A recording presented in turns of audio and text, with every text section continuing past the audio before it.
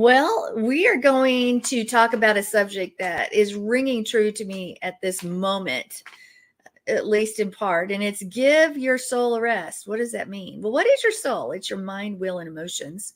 But I want you to think about your day, or I'm even thinking about my day. You're caring for your kids or your grandkids. You've got aging parents.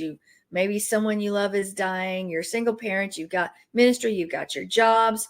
You've got garden, you've got the activities that the family are in, you've got so many demands upon you, and oftentimes you're the only one that can take care of them, or at least that's what it seems, and it's overwhelming.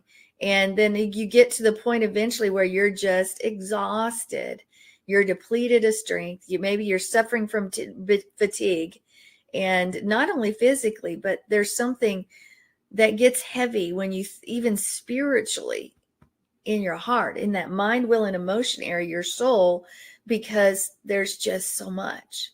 I'll be honest, I'm there right now just in getting things taken care of around here, and I'm doing the program, and I think that mostly right now what I feel is physical. I need some physical rest. But hey, do we ever think about needing a spiritual rest as well? Well, guess what? You're begging for rest. What is rest? You just, maybe you pray, hey, Father, it's time. I just can't handle anymore. I just want rest. Can't you come back and finish the job or take care of this or send someone along the way? And it's just because our days are so filled up with frenzy and anxiety and everything's hurry, hurry, hurry. And we've talked about that before. But we haven't talked about this spiritual side necessarily the way we're going to talk about it today. So I want you to think about this. Have you ever had a good workout at the gym? I love to have a good workout at the gym, although it's been too long since I've been. It feels really good to rest after you've had that workout. You're like, oh, and you just want to chill for a minute because your body enjoys the rest, but it not only enjoys the rest, it needs it because it's been working out hard or your day, and you just need to rest. So when your soul, when you've been wounded, when you've been overwhelmed, when so many things have been going on, it's the same thing. It's like this workout that you've been in, and you need a rest in that way as well. Your soul, your spirit, you need a rest. Yahweh actually promised us to rest our souls, or tells us his word in Exodus 33:14. He says, my presence will go with you and I will give you rest. Isn't that an amazing promise?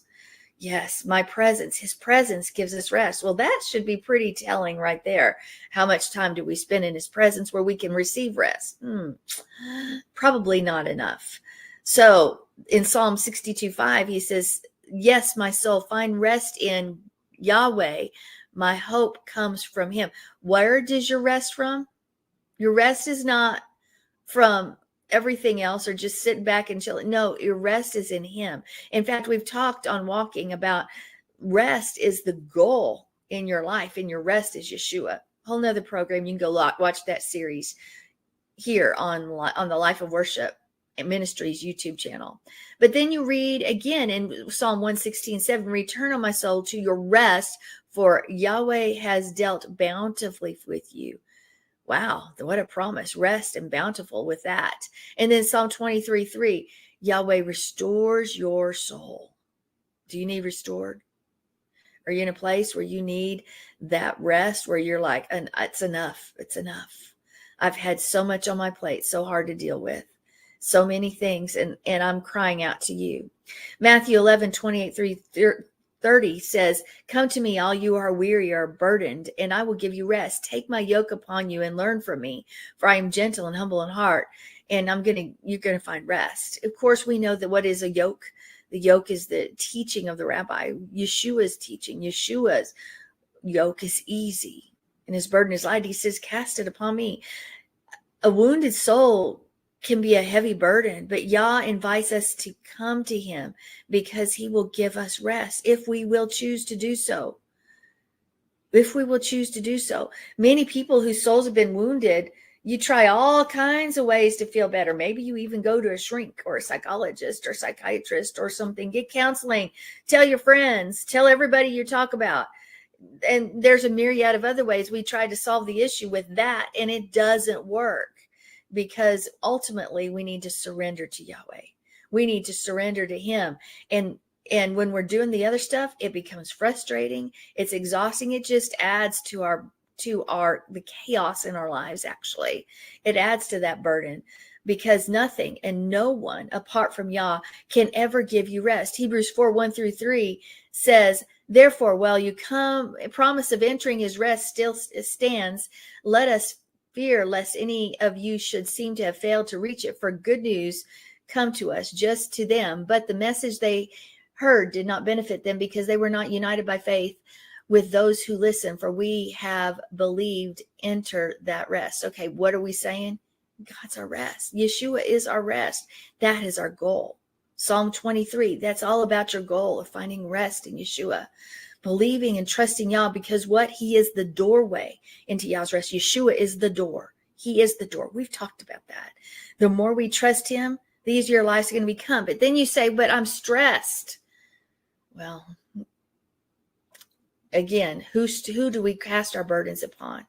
We're stressed to the max, but Yahweh wants to guide us. He wants to give us that direction, but oftentimes he wants us to just be still and enter into his presence so we can find that rest. Yes, take time to daily listen to him. We have 2 ears and 1 mouth. Sometimes we just need to be quiet and listen. Listen to him as we enter into his presence through worship, as we enter into his presence through prayer. Remember, prayer is 75% worship and 25% petition.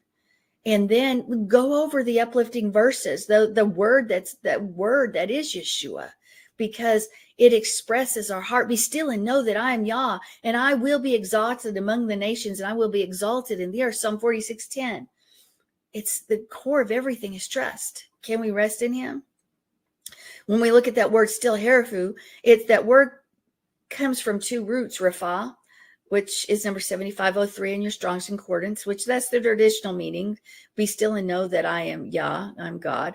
But the word translated as still can also mean to hand down, relax. But it has that idea of being still. But there's another element to that word, and it stresses healing. Healing? There's healing in rest? Yes. There's healing in his presence? Yes. The word Rapha means to cast down. We can't forget that. Rapha, to cast down, to let fail, to let hang down, relax, especially the hands. Let everything out of your hands just cease. So we have this sense of not making an effort, not putting forth exertion. Okay. Well, what does that mean? Well, expresses the idea of leaving everything to him. How many times do we say, okay, I'm giving it to you, Yahweh, and then we grab it back. We hold on to it. We worry about it. We fret, etc., when he says, no, cast it upon me. Let go. Let it go. I'll take care of it. But we don't trust him enough to take care of it. We trust ourselves. And think about it, folks. Why do we do that? How many times have you failed yourself? I can count many times, right? Okay, so this idea of being still has this idea to let go and to stop striving. And it would be better translated, maybe cause yourselves to let go, or let yourselves even become weak so he can be strong. And surrender. Here's that word again, surrender. Do we need to surrender to him? Yes. So here's another part of that root, that RUPH, a root of Rapha, which I gave you that definition already, that it has this idea of being healed. Translators lean towards the root Rapha because of what it says, but don't forget, healing is a part of that letting go. Can you be healed when you let go and trust Yahweh, when you enter into his presence? Absolutely. Let it go. Well, do we do it easily? No, we don't. We may even say, hey, I just can't let it go. It's just too important. I can't let it go. I've got to resolve this thing now. I can't let the burden go. And you're worrying about your parents, your kids, the ministry, your job, your finances, et cetera, et cetera. Stop that. How many times does the word say, fear not? You need rest. Well, how do you find rest?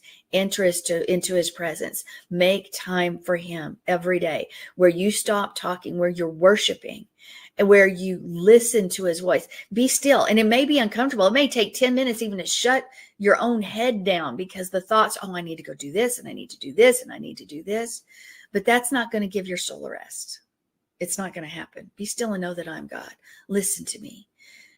Don't have your electronics with you. Don't come in expectation with objectives. Just rest in him. Rest in him. Look for a place where there's solitude.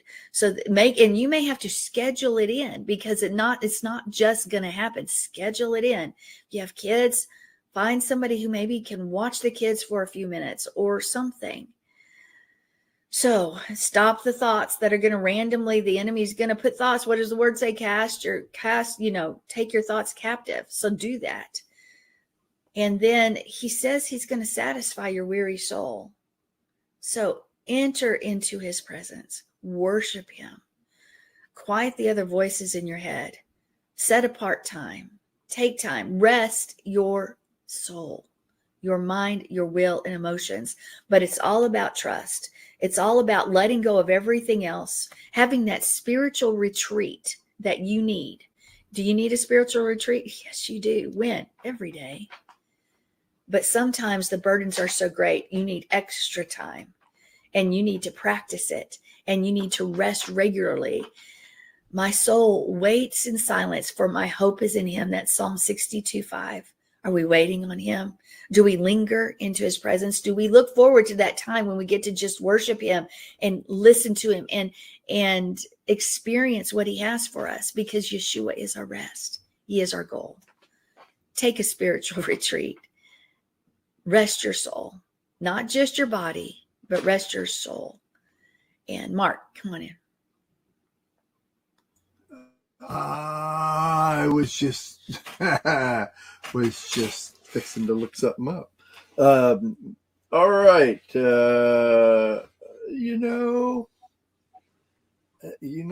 This is a topic that is relative to each individual, I think. In general, everything that you said is right. It's good and all, but it's kind of like we were talking about eating and how much food we eat and things like that.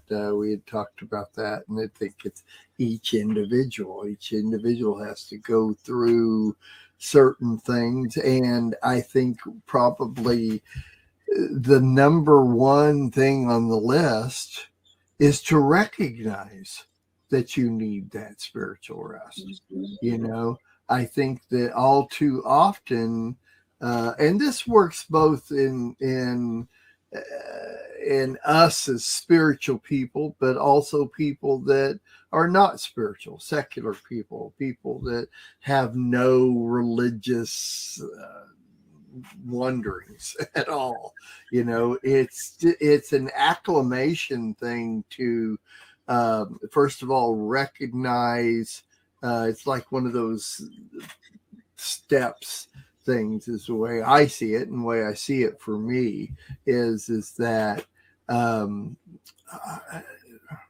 maybe in the same way that, for instance, Friday is preparation day for Sabbath. Okay. And a lot of the things that I think about, I kind of use this analogy for me, is that maybe preparing oneself in their day-to-day lives, and not only in the physical things you do, making breakfast and cleaning and all this kind of stuff, which is just normal routine, but to regulate to the point where even in our spiritual growth and our spiritual day-to-day things that we do, if we could balance those things out better, In other words, first of all, like I said, is to recognize who you are, where you are physically, spiritually, all these other things.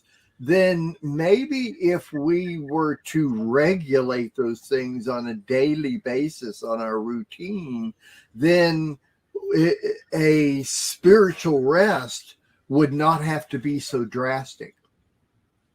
Because there are some of us that just don't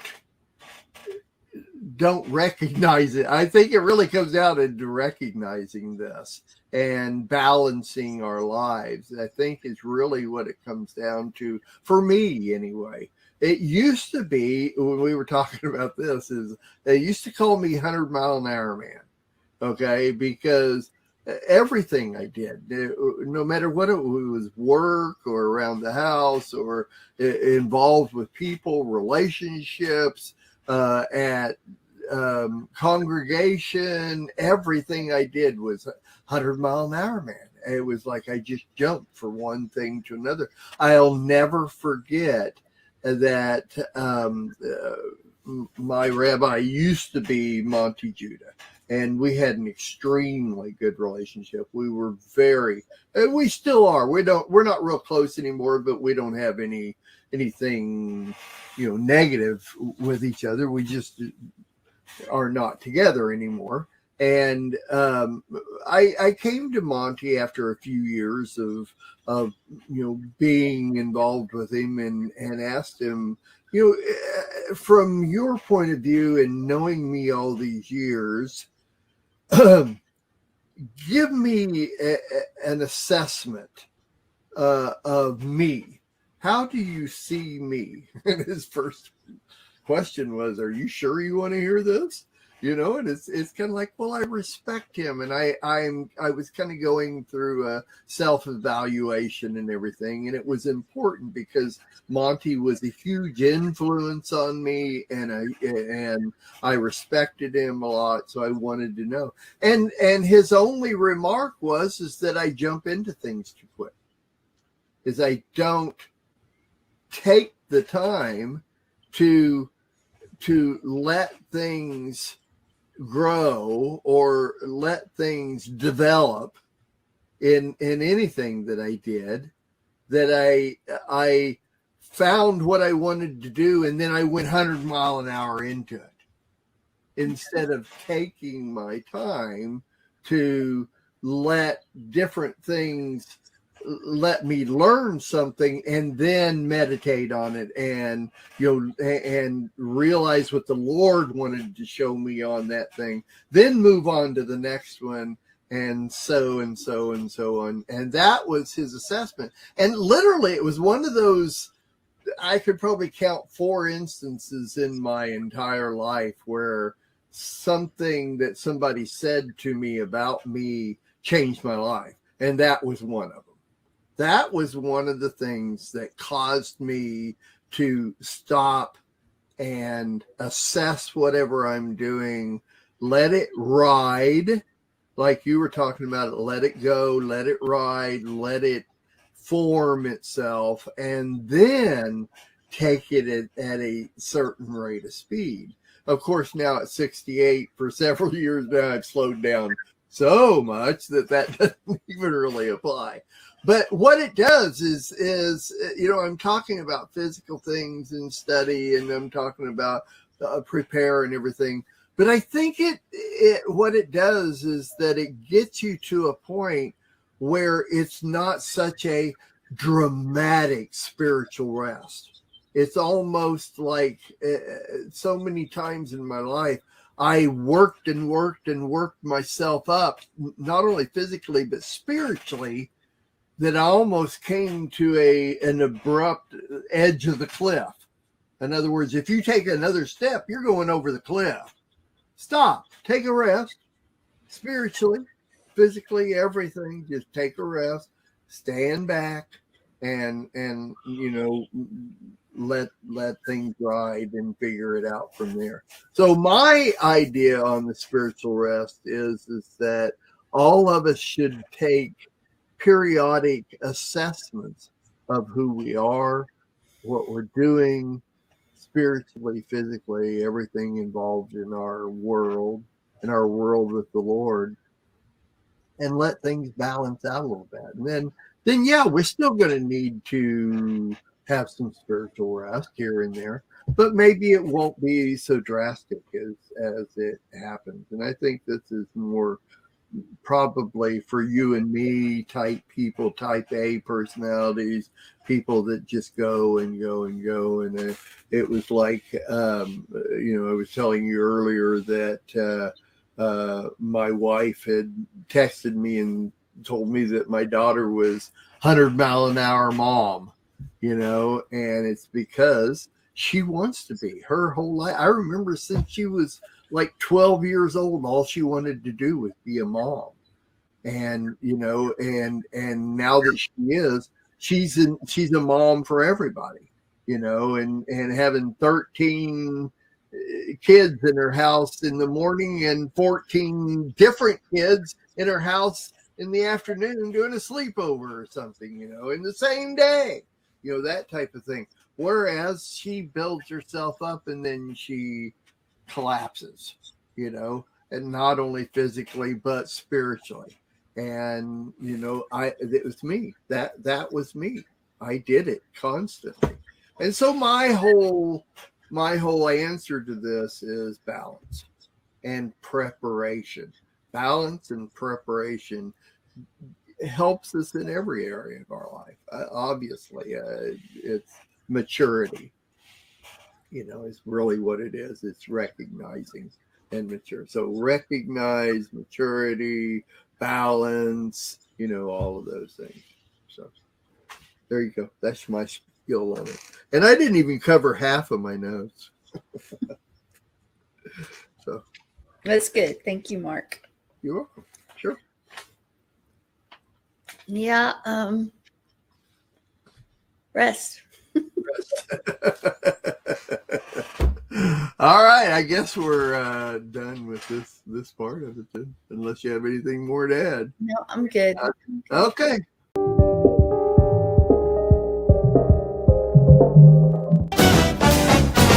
We'll be dancing in the streets, dancing at his feet, dancing in the streets of gold. We'll be dancing in the streets, dancing at his feet.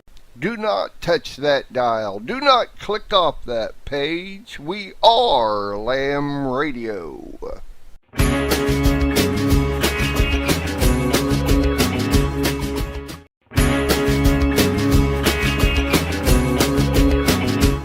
We are richly blessed to bring you what we believe is the fullest, most diverse, yet up-to-date progressive teachings, discussion, and prayer programming you can find anywhere on this planet. Be sure to take the tour of the MessianicLambRadio.com website. I'm Susan Hugie, thanking you for joining us on the Messianic Lamb Video Network.